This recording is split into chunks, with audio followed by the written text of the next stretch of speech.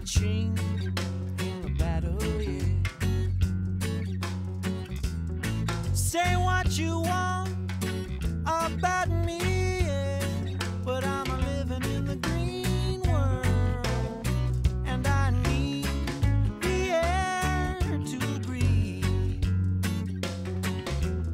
Some will say you gotta get your kicks by removing love from a natural chip. But metal will rust and money will burn, yeah. And on the final page I ask, were you living in the green world? And did you give some in return?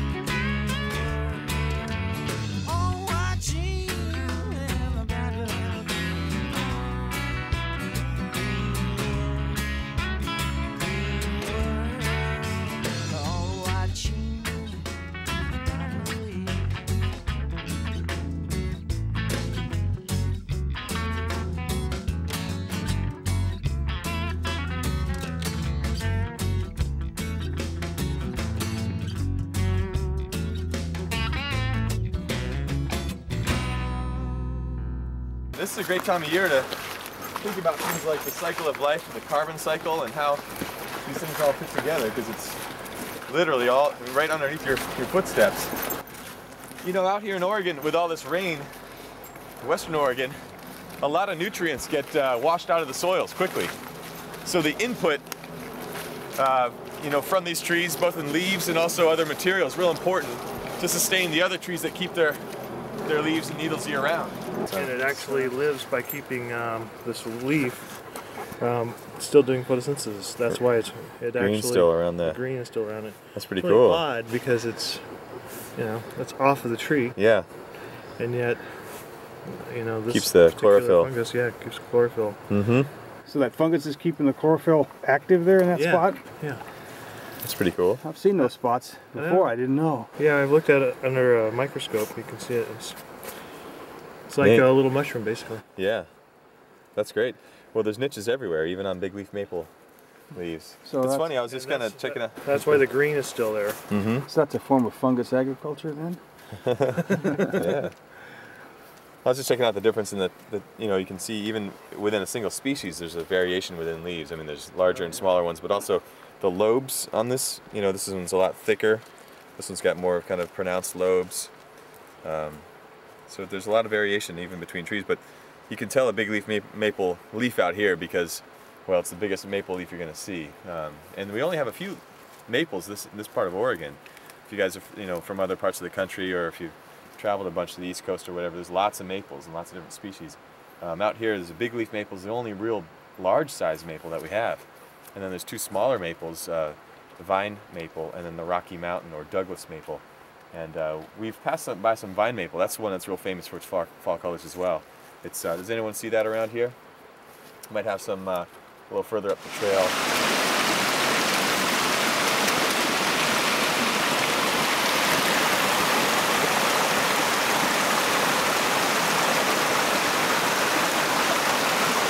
There's kind of an interesting incident that happened right around here, right where Fish Creek comes into the Clackamas. Fish Creek watershed had been heavily overlogged for decades actually, and it basically collapsed during the '96 floods. And Fish Creek just turned into a huge mud stream. I mean, it was just darker than dark. The whole Clackamas River turned brown from that actually. And so right around here where Fish Creek comes into it, if you went upstream, it looked like this, green and blue and beautiful. And right below Fish Creek all the way out was just a brown, muddy mess. And so since then, since '96, about 10 years now, they basically said Fish Creek watershed can't support any more logging. It's in a state of repose, so sort of trying to rest and restore that place. But it's a powerful example of what happens when you push a little too far on a watershed, and the impact that can have on clean drinking water and salmon as well. Because the Clackamas is actually backup drinking watershed for the Portland metro area, and it's the drinking water for a bunch of the suburbs too, like Westland, Lake Oswego, and other places. And as more and more people move to the Portland metro area, this resource right here, clean drinking water, is becoming more and more important, certainly than a couple of trees being pulled out on the back of a log truck. So it's a powerful reminder.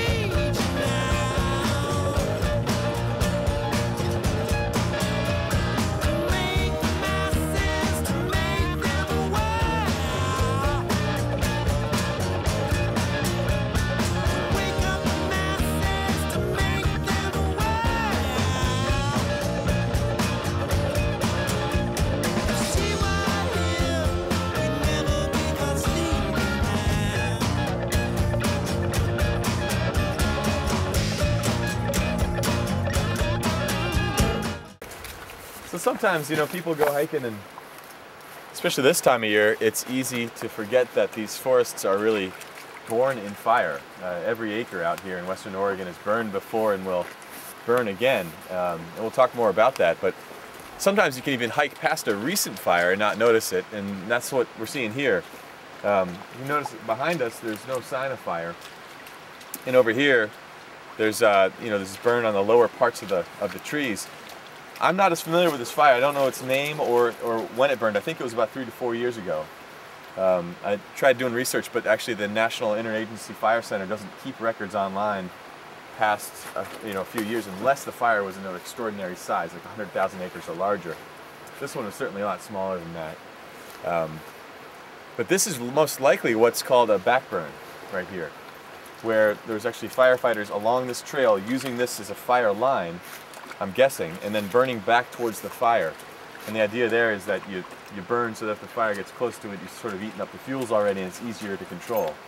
It may also be that, depending on how the fire was burning that given day, or if it was getting cooler or wetter and it was slowing down, that they just could have used a trail as an actual sort of stopping point where the fire can be doused easily with water from the river, using helicopters as well. But this could have been a backburn line here, and you can see the effects here, just scarring the bottom of a lot of these trees.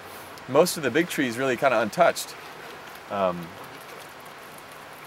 few of the smaller trees falling down.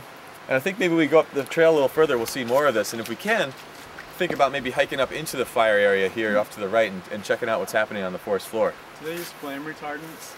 There's definitely still use of flame retardants in certain fires. If you've seen those pictures of the old tanker jets going overhead and dropping that red stuff down, there's a flame retardant. Sometimes that's controversial because there's chemicals in those retardants that could kill fish, and there's been some prominent mistakes made where a creek gets bombed by a whole bunch of that stuff.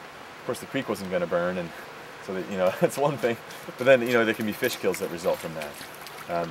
But in targeted uses, it can be appropriate.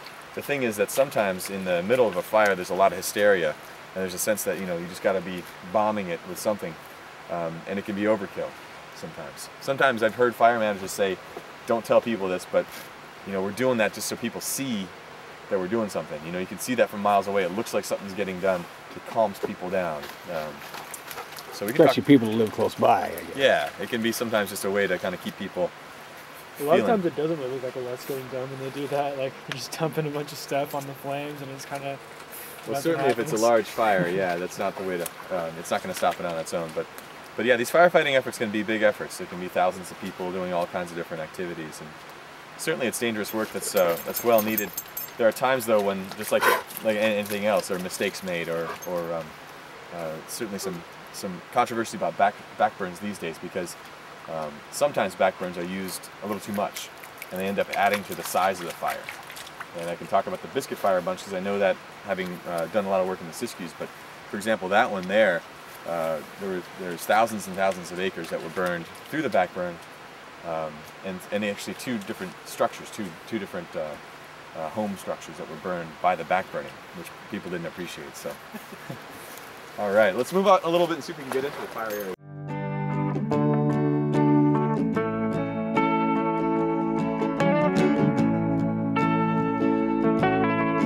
Fire was her name, and I met her on a hot day in June. Everything she said was beautiful. It's true. It's true. It's true. It's true. It's true.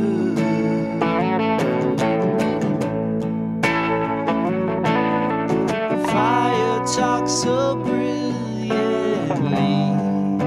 I just had to smile. She could make an angel from the devil's child. It's true, it's true, it's true, it's true. Have you guys been in a recently fire-affected forest before? A couple of years? What do you? We took a short walk through the beginning of the fire here. What have you guys noticed so far? Certainly No small trees. What's that? No small trees. No small trees. All right. It's definitely more open, isn't it? The fire has done the sort of natural work of cleaning out the forest.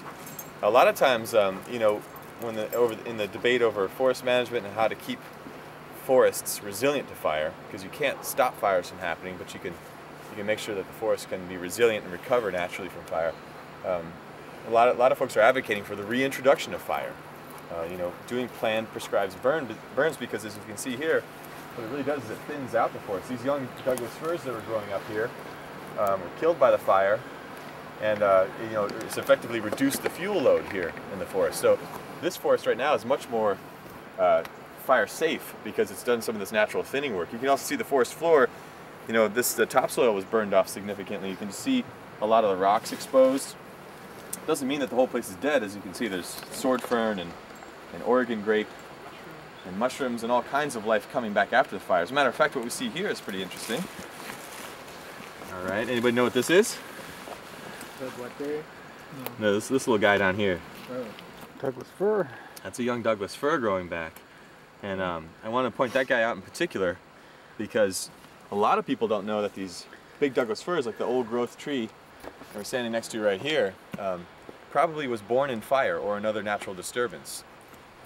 Douglas firs in nature depend on natural disturbances, principally fire, to reproduce.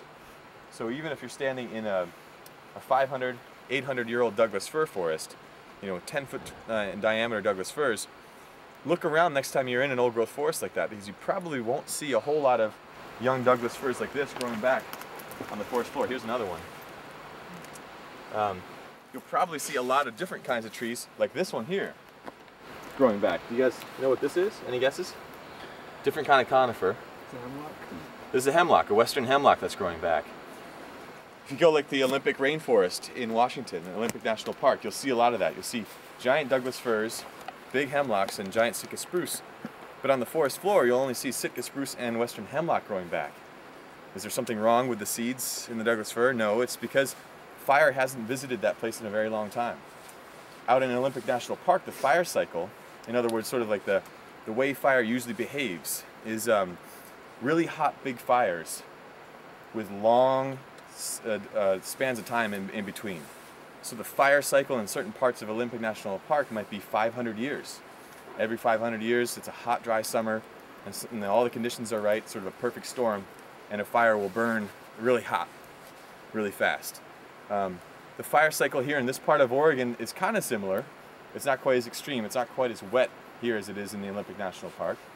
But again, a lot of the way it works out here is, you know, every 100 years, every 200 years, and somewhere in between. There's always some variability based on the site. The other thing is that a lot of people, well, what have you heard about the way the fire behaves? I mean, you've been listening to debate over forest management and fires. It's kind of in the news a bunch. There's a lot of talk about fuels and trees and the need to thin forests so that they don't burn. That's one part of the equation, but if you ask scientists or you read the journals, what do you think is the most important determining factor of how fires behave and how they burn? It's kind of intuitive. It's almost silly to ask. People? What's that? People? People's a big one. Yeah, because fires need to start somehow, and about 95% of the fires that start in our forests are caused by people. And naturally, it's really rare for fires to start any way other than lightning strikes, and dry lightning storms in particular, which we don't get a whole lot of out here in western Oregon. Well, the other thing is weather. It's by far the biggest determining factor. So that's why we're not fearful of fire today out in the Clackamas, even though there's lots of trees and there's lots of brush around in different parts. It's cold and it's wet and there's no way a fire is going to burn. So as things get hotter and drier due to climate change, we can expect to see probably more fires, and the forest will have to adapt. Do these small fires like this help to reduce the number of catastrophic fires later because it burns up the fuels? Well, it can reduce fuels. Now, I'd stay away from the word catastrophic too, because a lot of people, you've probably heard that term, catastrophic wildfire. It's fancy language that people are manipulating. Smokey the Bear used to say forest fires, only you can help prevent forest fires. Now he says wildfires, in part because they found out that people are more scared of the term wildfire than forest fire. And so there's sort of this political agenda that's behind a lot of that stuff.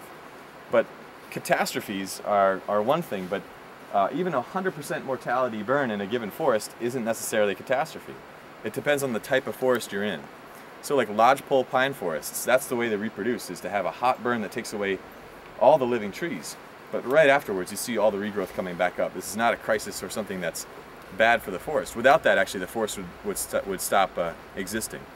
So, but in terms of fire safety and fire resilience in these sorts of forests, yeah, periodic low-intensity burns can be a helpful thing.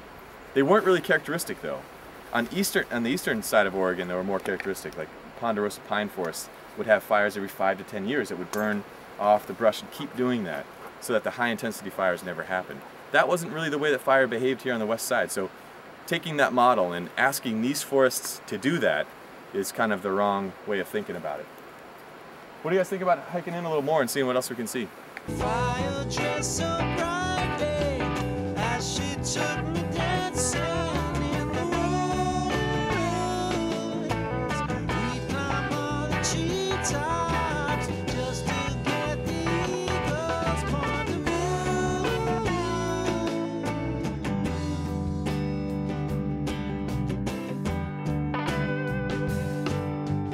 1 year from the first day I met her, she would disappear, leaving me so lonely. I met her from the shield. It's true, it's true, it's true, it's true. 500,000 acres. And so it sounds like there's just nothing but black sticks and dust everywhere. And here's a good example of just a few years after a fire. You know, although people would notice there's black on the trees, you might not sort of think that this was a fire that caught anyone's attention, or you might be surprised to see how much is growing back after the fire. I was mentioning before that the trailing blackberry, the berries do really well after fires, and Native Americans used to light fires on purpose out here to encourage the growth of berries. They like the brighter sun that comes in after the fires, and I think the ash also contributes to the soil and builds up nutrients that they like. And I think a lot of this Oregon grape, which is actually our state flower, I think a lot of these probably just resprouted from roots after the fire, in addition to being spread by their berries, which birds will eat and spread all about the place. There was a question earlier about why Douglas firs grow back after natural disturbances. What conditions are needed? Does anyone know? I told these guys already, but Douglas firs actually need bare mineral soil, which is the stuff that's underneath the topsoil, to grow, to germinate effectively. And they also like bright sun. And in a closed canopy forest where you just have mature forests, big Douglas firs, you don't really get a whole lot of sun. fire can kill off some of those trees and open up the canopy enough that those Douglas firs can start growing back. And so that's why fire is pretty important to the life cycle out here. The other thing I'll mention is, this was mostly kind of an underburn. So fire behaves in different ways. Most times in the evening news, they put on the most dramatic pictures possible. Whether they're talking about local crime or fires, it's always the most extreme cases. So they'll show pictures of trees, whole trees burning up. As you can see here, fire often just sort of moves through the forest floor. It's where most fires travel, is on the forest floor, not in the canopy. It takes a lot of heat and the right conditions to make the canopy burn straight. So here you see that underburn happening, where basically it's just going on the forest floor and the canopy is mostly intact. What's the life cycle of this forest before this fire happened? Is this second growth? I didn't see a whole lot of stumps around, but then again, the fire may have actually sort of burned down some of those stumps. Make it kind of tough to tell. A lot of native forests out here in the Clackamas, there were some larger fires about 100 to 120 years ago. When actually white settlers started moving in, we ended up lighting a lot of fires. So the big parts of these drainages out here burned really hot. And as a result, in a lot of these native forests out here, what you'll see is trees that are about 80 to 120 years old, and then sometimes some large legacy trees, big old snags, as scientists call them, or remnant live old growth trees that survived the fire somehow. And we can keep our eyes out for that. But this is this isn't an extremely old forest yet. It's certainly maturing. You know how long ago this burned? I think this burn here was maybe 3 or 4 years ago max. Yeah. Again, it was tough to find information on this fire at the last second, so I don't even know its name, unfortunately. You guys game for some more walking through the fire area? We'll kind of maybe cut up and then meet back up with the trail, drive back down. And it's amazing how the mighty biscuit fire would sometimes roar up the side of a river canyon and then stop along these little creeks. Just stop dead and move around it. And so these little riparian zones is what scientists call them, these creeks, these creek sides, stay more moist. They have different microclimates is what they call them. And this is where you can find a lot of times the live green trees even in a hot fire. And that's where a lot of the seeds will come from for, if this was all burned out and there's nothing but dead trees here. You can imagine the top of this Douglas fir here, 200 feet tall, on a windy day in the fall when the seeds start getting spread. Look at the little helicopter seeds, they can travel for a quarter mile or more. And that's just with the wind. Animals will also disperse seeds into fire areas. So even if you have, a square mile of nothing but high mortality with no seed trees, that doesn't necessarily mean that the place won't recover on its own. There's a lot of misconceptions about that.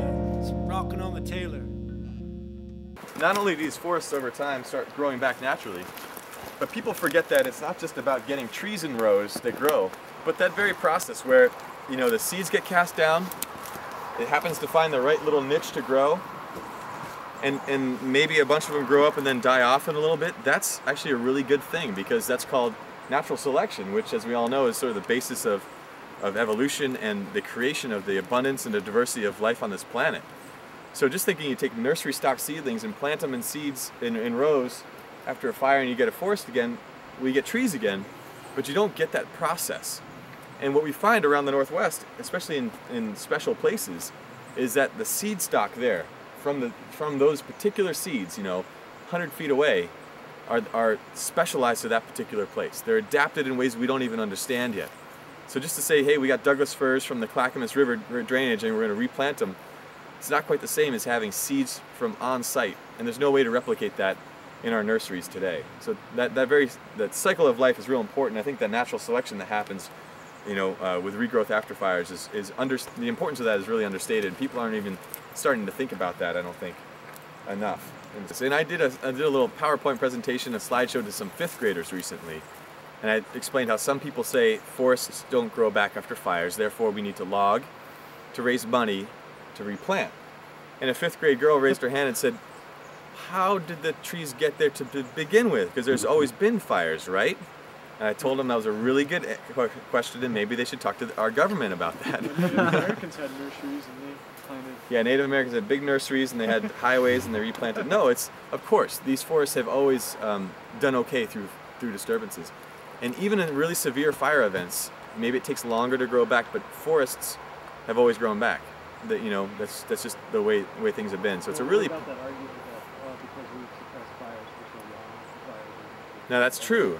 So the question is, what about the fact that we've suppressed fires? In other words, we've been putting out fires for the last 50 years really aggressively.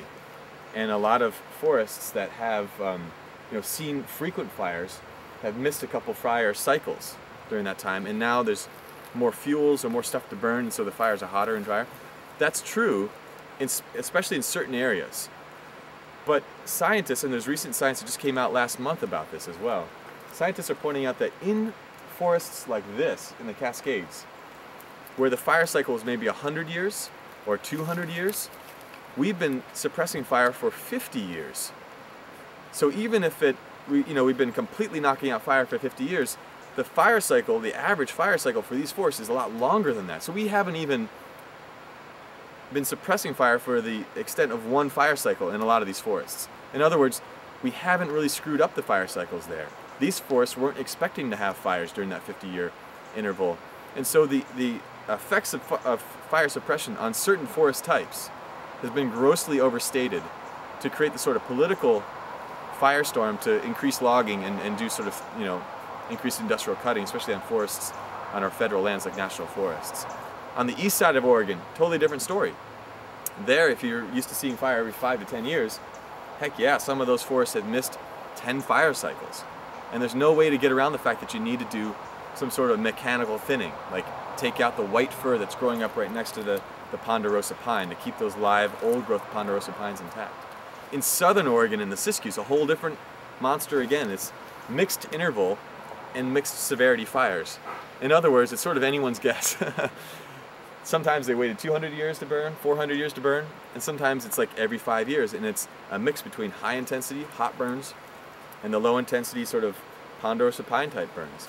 So down there it's a real head scratcher, but it's one of the reasons why it's really hard for people to argue that the Biscuit Fire that burned in 2002 was some sort of giant anomaly, something that was like a terrible disaster, because there's simply no scientific evidence to suggest that. Well, I was in Yellowstone a couple of years ago, and you know, 10 years ago there was huge fires there, That's right. and you know, yeah, I kind of expected to see huge areas of just nothing, Yeah. but that wasn't that way. I mean, It was about 20 years ago, about a third of the park, it's a huge park, burned, and a lot of the burn was like 100% mortality. Just, you know, miles and miles of nothing but no live trees. And that's lodgepole pine, a lot of that. And lodgepole is one of those tree species that's supposed to do that. Unlike the Douglas fir with the thick bark, you know, you can see it behind us here, this really thick bark here where the fire just kind of moves a little bit on the bottom and doesn't even affect the trees, it's not phased by it. Lodgepole's got real thin bark. So it's designed to die in the fire and then reseed with its cones. Its cones can withstand the fire and reseed. And now it's nothing but a carpet of green out there. I mean, and that's the way it's going to go again. It's going to all grow up together, and the fire's going to come along, it's going to burn again. It's going to keep doing that, and it has for thousands of years. So they said that we'd lost a national gem, that if only we'd logged it, it would have been okay. It's gone forever. And now it's sort of like, what were we saying? Were we saying something? You know, it just sort of, they got no game, in other words. Like, that's just empty rhetoric. And everything's okay out there. Really it is. And same is true in a lot of these fires out here. Where's the major push come to do the logging? I mean, it either come from industry, Congress? Well, it's often coming from the industry, Or Forest Service. and then it trickles up into Congress, who gets a lot of money from the industry, of course, certain people in particular. Like our Congressman Greg Walden here in Oregon has received more money from the timber industry in the 2000, 2002, 2004, and 2006 election cycles than anyone else in the U.S. House of Representatives. So he's the one who's been pushing this fire bill, this fire logging bill. It's actually kind of an all-purpose logging bill. It says, it almost has a comical list of disturbances. It says rain, wind-driven waves, hurricanes, tornadoes, ice storms. I mean, it just goes on and on and on. Bugs, disease, almost anything you can think of that's a natural disturbance. It says if you got a big enough disturbance, it's time to do recovery plans and set the Endangered Species Act and other important environmental safeguards aside in order to get to it. It's a clever plan though. If I wanted to get the cutout on national forests, it's brilliant because you know that every acre of national forest is going to experience a disturbance sometime soon. That's just what the forests do. And so you'll be able to get to every acre of the forest and turn them into basically these managed forest stands that are no longer native forests. Is that the bill that passed the House that you talked about that hasn't passed the Senate? H.R. 4200 is the number. And it hasn't passed the Senate? And it passed the House, and the trouble is that they're thinking about, in the lame duck session, attaching it maybe to a larger bill that it's unrelated to, like a government funding bill. It's called the Christmas tree phenomenon, where you take these ornaments and you hang them on something and then you try to pass the whole thing at once. And if you don't pass it, you shut down government. Right, if you don't pass it, then you hate the troops, or you don't want to fund education, or you don't want to build highways. When really, it's sort of it should have an up or down vote, and be debated on the floor of the Senate. It should be passed the way that most legislation should be passed, which is with vigorous debate. We're hopeful that that won't happen. Where's Wyden on this? I think Senator Wyden hasn't taken a strong stand either way, but I think he recognizes that it's an unneeded bill. There's no reason for the bill. That's just sort of another timber industry giveaway that would subsidize more logging and lose more money in the national forest. So we can talk more about that. It's a little chilly, so maybe we'll keep moving here and get back down to the trail.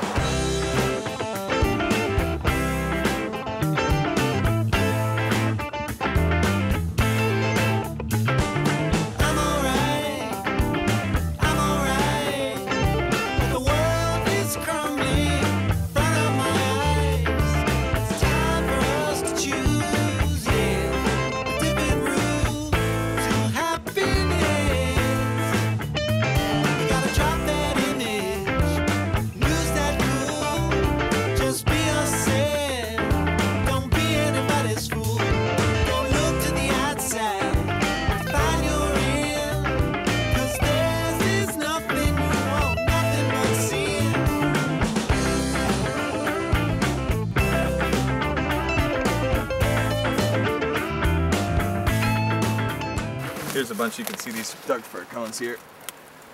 Well, there's actually a Native American story about these cones. You see there's these bracts here. These little things that kind of come up off the cone. A little tough to see because these are a little bit rotted, but these bracts here, there's a story that these bracts are actually the feet and the tail of rodents like mice that jumped up into the cones during a fire to hide.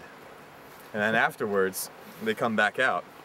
And I think the way this story develops is because the Doug firs are the ones that, kind of come back after the fire, and oftentimes with their thick bark, they resist the fire and grow through them for many generations. And the fact that after a fire, a recent fire, even with ash all over the forest floor, you'll see rodents and animals jumping around right afterwards, I think, was something that was kind of astounding to Native peoples as well as people today. If you go out after a recent fire and see wildlife everywhere, you wonder where the heck they came from and how they found shelter, but a lot do. Would a fire like this be logged and cleared out commercially? Is that one of the things that the... Yeah, that's a lot of the controversy these days. Yeah. And there's actually legislation in Congress right now that passed the House of Representatives, and that is now, there's possible threat of it passing in the Senate in this quote-unquote lame duck session of the Senate coming up here. And we might be writing letters on this later, but the idea behind that legislation is that every time there's a natural disturbance of a certain size, like 1,000 acres and larger, then the Forest Service and other agencies need to drop what they're doing, even if they're doing like watershed restoration or real fire safety work. You need to stop what they're doing and make quote-unquote recovery plans for those disturbances. And the Biscuit Fire logging project, the really controversial logging project in Southern Oregon, for example, that's called the Biscuit Fire Recovery Project. Not the Biscuit Fire Logging Project, even though that's what it was all about. So there's what it basically does is it sidesteps a lot of important environmental safeguards, including things like the Endangered Species Act, and says you just got to get out there and make these recovery projects, which is another way of saying logging projects. And would a fire of this magnitude, if it was large enough, be eligible for that? Yeah, with this kind of tree, the post-fire logging. And You know, a lot of the green, mostly here, the fire didn't really kill many trees. It seems to have taken out some of the smaller diameter and medium-sized trees. So this wouldn't be a real likely candidate for a lot of logging. It's been done before, but these days, where a lot of that logging happens is in big old-growth patches that were burned hot, where there's high mortality, where the clock is being reset on the forest life cycle. And then those big old-growth trees, which are worth so much and are difficult to log normally because of the collapse of old-growth ecosystems across the Northwest. That's the way that a lot of times the timber industry and the Forest Service are getting in to do sort of old-growth logging again. Where you see trees 6 to 7 feet in diameter getting cut and pulled out. You mean green trees, 6 and 7 feet? Sometimes green, but a lot of times just those recently killed old-growth snags is what scientists call them, or legacy trees. And it's pretty important to recognize the role of those trees in our forests as well. The idea that they're dead and going to waste is sort of, well, it's not held up really by any kind of scientific backing. It's just not true, and they're real important parts of the forest life cycle, not only in the short term to rebuild the forest, but also in the long term. You actually can't have an old-growth forest out here without having large standing legacy trees and then downed woody debris on the forest floor. It's part of the common definition of an old-growth forest. And we could talk a long time about the role that standing legacy trees and down woody debris plays in our forests. We might be able to do that along the trail, though, as we get into some of the older forests. We can point out sort of the role of those trees. Well, I have one other question. Yeah. Because, just basically looking back the way we've come. Yep. Because this has been sort of scorched down. Yeah. I mean, we really disturbed it just with Yeah, you can us. see our footprints. Yeah. And actually, people the trail we came up on looked like a human trail, even though it was really steep. I was noticing actually deer prints, and I think it was just a deer trail.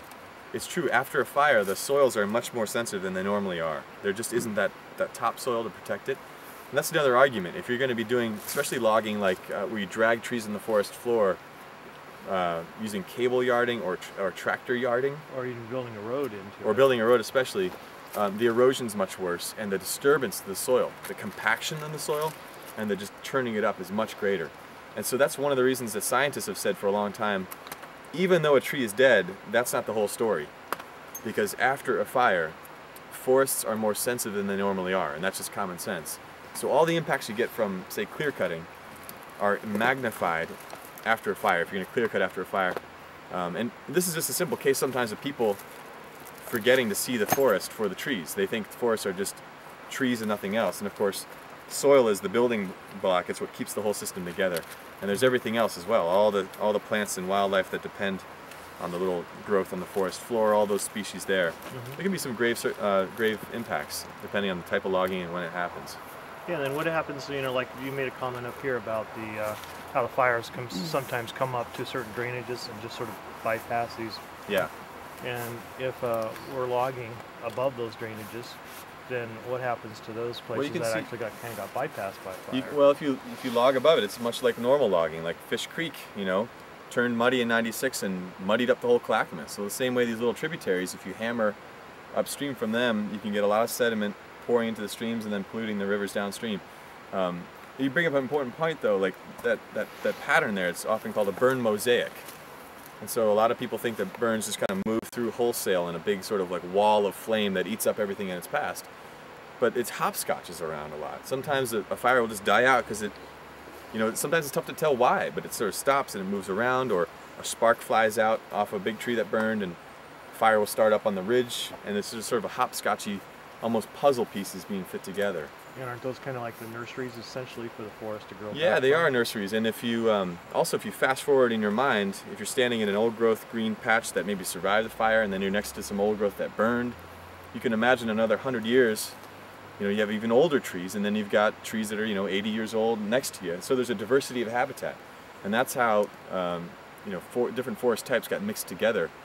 Before white settlers out here, really, was that you had natural disturbances creating different kinds of habitat. It's pretty important. All right. I'm alright, but the world is crumbling in front of my eyes.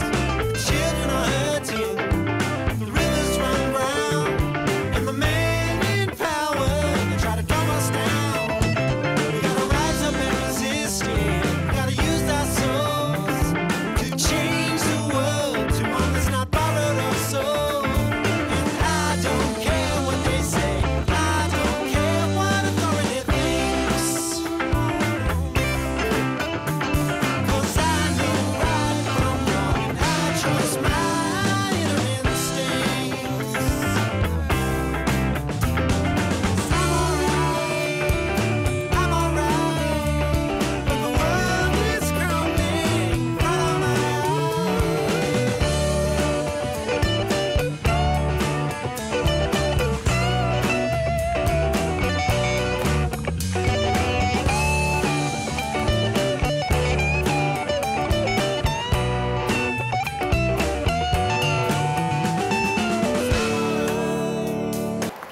know what this is coming from?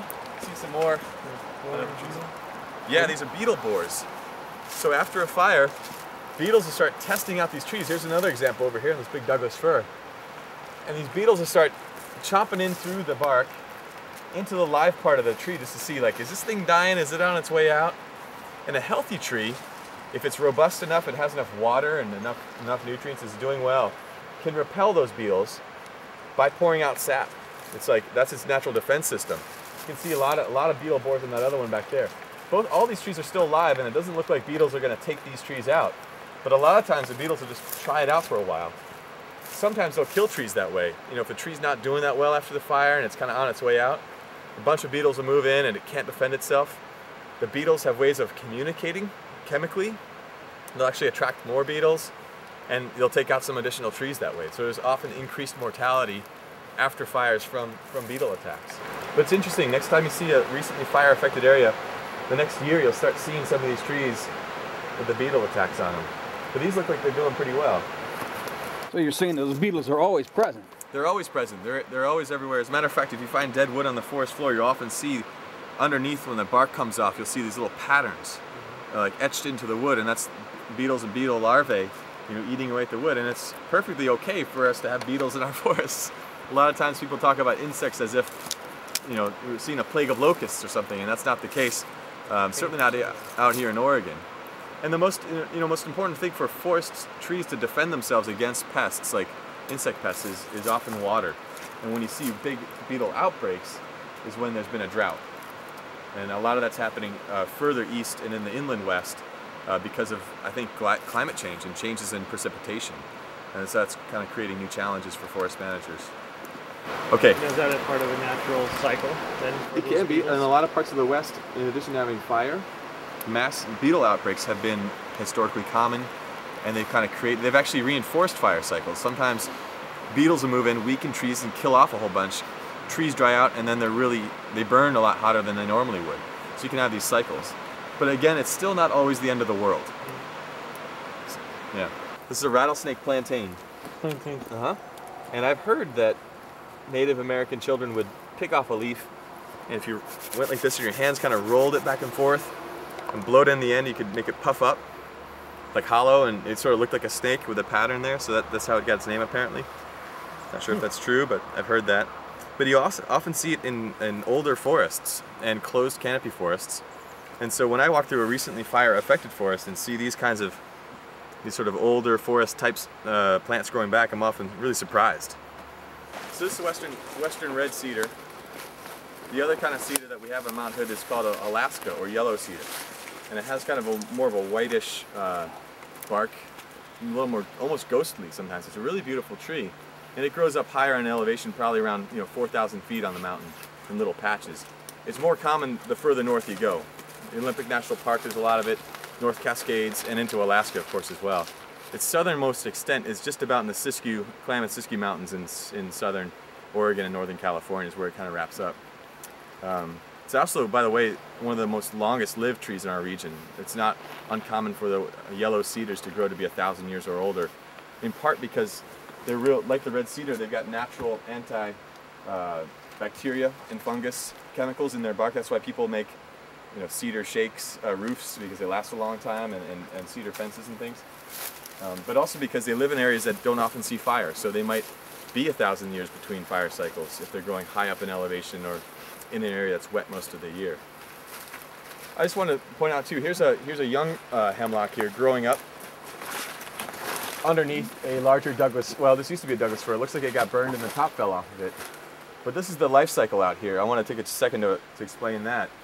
After a fire burns, what you'll get back first is usually some Douglas fir, if there's live Douglas firs around. So they like that sort of bare mineral soil and the bright sun. You'll also get those red alders that we saw closer to the river. And red alders are kind of cool because after the fire, they'll grow back. They love disturbed areas. And they will fix nitrogen. They'll put nitrogen into the soil, which is real important out here. It's one of the limiting growth factors of the forests out here, especially with all the rain that washes out the nitrogen and other nutrients. So they put nitrogen back into the soil, and they don't live that long. They live for maybe 100 years before they start dying off, and other trees like the conifers, like the Douglas fir, start growing up above them, and they close the canopy, and the alders die off. There's sort of a beautiful mechanism and succession of life, cycle of life that happens with the alders and the conifers. When the Douglas fir grow up, they can grow for hundreds of years, and they're often the dominant tree. They grow quickly. They're very robust out here. You can see a live old growth Douglas fir right back there. And as I mentioned before, you won't see lots of young Douglas fir growing up underneath them normally without fire. Over time, what's growing up underneath the Douglas fir are things like the western red cedar and the western hemlock, doing exactly this, kind of hanging out smaller, getting medium sized, and then getting bigger. And over time, when the Douglas fir start dying off, if there aren't like a fire or something like that in the meantime, then the true climax species, or true climax stage of the forest out here, is actually western hemlock. This is the tree that finally, if you're going to see like an ancient forest, 800 years old, 1,000 years old, this turns into the dominant tree, not Douglas firs. And it's real rare to see that type out here, because it means, yeah, you have to find a forest that's that old, hasn't been logged, disturbed, burned, or whatever for that long. But you can see it in Western Oregon. Places like Opal Creek, you start to see places where hemlock are taking over. And you see a couple of really big old Douglas firs that are kind of the remnants of a different life cycle. All of that's important, of course. And the newer habitat created by fire is important for certain species and wildlife and plants. And the middle stage, the older stage of the Douglas firs, the old growth, important for lots of species, and the hemlocks as well. And what does this hemlock look like when it gets that old? When it gets older, there's a lot of it around here a little bit. The bark isn't quite as deeply furrowed as the Douglas firs. So if you look over there, you'll see some tall, skinny trees with sort of thinner furrows on them, and those are hemlocks. Right here, someone asked before about big leaf maples. You see a lot of the big leaf maple leaves right here. Here's the big leaf maple. A lot of times people will confuse those, see the bark, they might think it's a hemlock, but you look up and you realize the growth pattern's different. It kind of winds around a bit. You got these shoots coming out of the side of it, and a lot of big leaves underneath it. The other thing is these big leaf maples, for some reason, really attract a lot of moss growing on their bark. These are the trees you'll just see kind of, they're carpeted with green. Looks like, something out of the 70s. Shag carpet on them, all the way up, And for some reason you don't see the same kind of moss growing in the same abundance on other trees around here. I'm alright, but the world is crumbling in front of my eyes. Children are hurting, the rivers run brown, and the men in power, they try to tell us down, We gotta rise and resist it, gotta use our souls to change the world to one that's not bothered us so. And I don't care what they say, I don't care what authority thinks. 'Cause I know right from wrong, and I trust my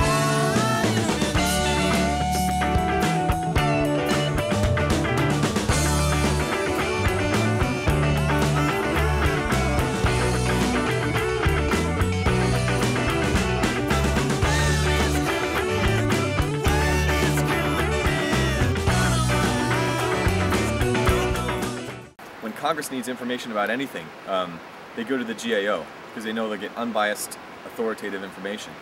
Well, the GAO looked into the Biscuit logging project, and what they found out was the Biscuit Fire Recovery Project. And what they found out was that the logging lost millions of taxpayer dollars. It ended up way in the red, and that exhausted funds and personnel time for the restoration work that they said was necessary after the Biscuit Fire. So they never got around to the restoration work. Oops, we ran out of money.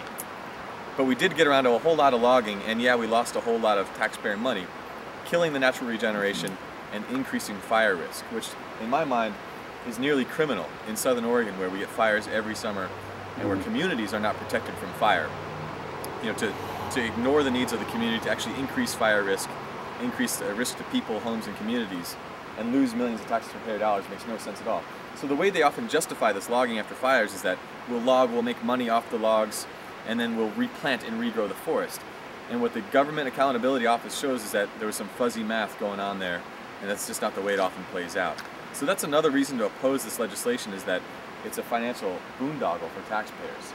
And it ends up not delivering on the promises, the sort of Trojan horse that they used to get the logging into the castle with. So How much of that loss could be attributed to the costs of the protest? well, basically, I mean, there was protest and controversy around it, but basically none there. And the other thing the Government Accountability Office showed is that environmental lawsuits stopped none of the logging, which, if you do your homework, it only takes 5 minutes to find out. My group, the Siskiyou Project, was one of the groups that tried to litigate to stop the worst of the logging, like the logging in roadless areas and in old growth reserves. Both of those places are not meant for commercial logging, and there was other areas where logging was permitted to go ahead. But we weren't successful, unfortunately, in stopping any of that. Even despite that, you'll have people like Greg Walden and others who are proposing this bill stand up and say that red tape and lawsuits stop this logging. And it's just like saying that up is down and black is white. It's just not true. So anyway, there's some of that, and then there's recent science that just came out with just last month, and it really shows that logging after fires has no restorative effects on forests. There's really almost never a reason to do that for the health of the forest. Is the fact that they've lost money on this recovery project unusual for timber sales? No, actually the federal timber sale program for years has been losing many millions of dollars, sometimes hundreds of millions of dollars across the nation. And the thing is, with these post-fire or post-disturbance logging projects, the wood is often worth less than green trees because it's been burned and it's just degraded a bit. So the losses to taxpayers are often even larger. And a lot of people, including Bark, is one organization that advocates for, since there's so much work to be done in the forest in terms of restoring forests that have been mismanaged in the past or that need help because of fire suppression or whatever. So there's so much of that work to be done that it's really time to say no to subsidized industrial logging on our federal forests and to say yes to a whole new economy of restoration and fire safety in our national forests. And one thing I'd like to mention too is that our national forests contribute only about 2% of the wood products that Americans use each year. So it's not like if you stop doing subsidized industrial logging in our national forests and do restoration instead, that you go to Home Depot and you won't have any wood or you won't have toilet paper at your grocery store. That's just not the case. It's really a drop in the bucket of the wood products we use, but they're way more important for things like clean drinking water and recreation and these new economies and quality of life values that are so important, especially to communities out west. You know, since you said that burned in a mosaic, that means that there'd be areas where there was green trees with burns all around them. Did they draw these timber sale boundaries to exclude green trees, or did they just... In Biscuit, since it was such a high-profile thing, they did that a lot. Although a lot of green trees were logged, sometimes accidentally, and created some scandals, there were a lot of mistakes. Like the Babyfoot Lake Botanical Area, 17 acres of that area was clear-cut during Biscuit by accident in 2005, and that created a big scandal. And recently, one of the first of the 2 roadless area logging projects to move ahead under Bush, both of them happened in the Siskiyous, both of them after Biscuit, and the second one called Blackberry, we just uncovered a whole lot of green tree logging there that wasn't even in logging units. It was outside of logging units, just near roadsides. It was like they just decided they were going to take out some old growth for the heck of it. We still haven't gotten a good answer from them about how or why that happened. Is there any time there's a fire that it's a good idea to do logging? Well, there's never... For those who might think that it is a good idea? Well, there's very rarely an ecological or scientific reason in terms of like the ecology of a forest to do logging. Folks who advocate for logging after fires or try to create this idea that there's a mix in the scientific community over it are being a little disingenuous because they're not always talking about ecological values. What they're often talking about is that there are less or more harmful ways to do logging after fires, and that on industrial tree farm areas you can do logging and then replant and kind of create another tree plantation. But in terms of native forests and the cycle of life, diversity of species, health of watersheds, wildlife values, recreational values, economic issues like taxpayer subsidies, there's rarely a reason to do it. And that's what this new science that just came out with, sort of a literature review, found out, was that you look through all the science and you do a literature review, you kind of review what's out there already, and you really don't come up with much that says, yeah, it's a good idea. Yeah, it's good for birds. Yeah, it's good for clean water. Yeah, it's good for fire safety. There's really not much out there that says that. Have there been any studies to compare natural regeneration to tree planting and see there's been a lot the amount of time it takes for one as opposed to the other and how well it recovers? Yeah, that's one mistake we make, is we often think that it's about getting, out here in Oregon, it's about getting Douglas firs growing quickly again. But forests, like people and other animals and other systems, have a life cycle. So it's not always about getting to a big, tall, green Douglas fir tree again. Sometimes it's about that progression and having the younger forest with the hardwoods and then the mixed forest as it grows older, having that all together, because there's different wildlife, there's different species that need those stages. So to say we need to get to stage 3 as quickly as possible, and we can get there faster by planting rows of Douglas fir, bombing it with pesticides and fertilizers, that may be true, but we need to figure out if that's even desirable, if that's really what we want. And I think in most cases, most people would say that's not necessarily what we want to do. Watershed health, all those kinds of things, it's clear that natural regeneration can take care of that. After all, that's where all our native and old growth forests came from to begin with, so it's hard to argue with a history that's thousands of years old, a proven track record, if you will. When you kind of zoom out again and stop getting caught up in little details of these arguments, you realize that we've never made a cleaner watershed than an old growth forest that's intact in the Cascades. Like Opal Creek, for example, is a lot cleaner than water coming out of a Weyerhaeuser's industrial tree farms. It just is, and it'll never be the case in the reverse. Those old growth native forest ecosystems are always cleaner, always have higher diversity counts than like an industrial tree farm. That's just the way things are. Has anybody ever taken the time to try to estimate how much money it would cost to filter our water and do some of the things that forests do? It's called ecosystem services. Yeah, there's a lot of new research being done on that, and even cities like New York City ended up buying a lot of forest land outside the city, because they found out that if they preserved that land as a drinking watershed, it would be cheaper than buying a giant plant that would filter water that had been polluted to begin with. So sometimes it just pencils out that way. Even Portland's that way. We have the Bull Run watershed in the Mount Hood National Forest where our drinking water comes from, and we've set that place off limits to logging because we realize it's more important as a intact native forest. It provides more economic value to us day to day when we turn on the faucet, and with our growing population, than it does as a clear cut. And that's just the way it is. So we started protecting it in the 90s. The Clackamas River right behind us, that's the backup drinking water for Portland in dry years, and it feeds an increasingly growing suburban population and populations in the south part of the metro area. So 180,000 Oregonians drink out of the Clackamas. It's a pretty important watershed itself as well.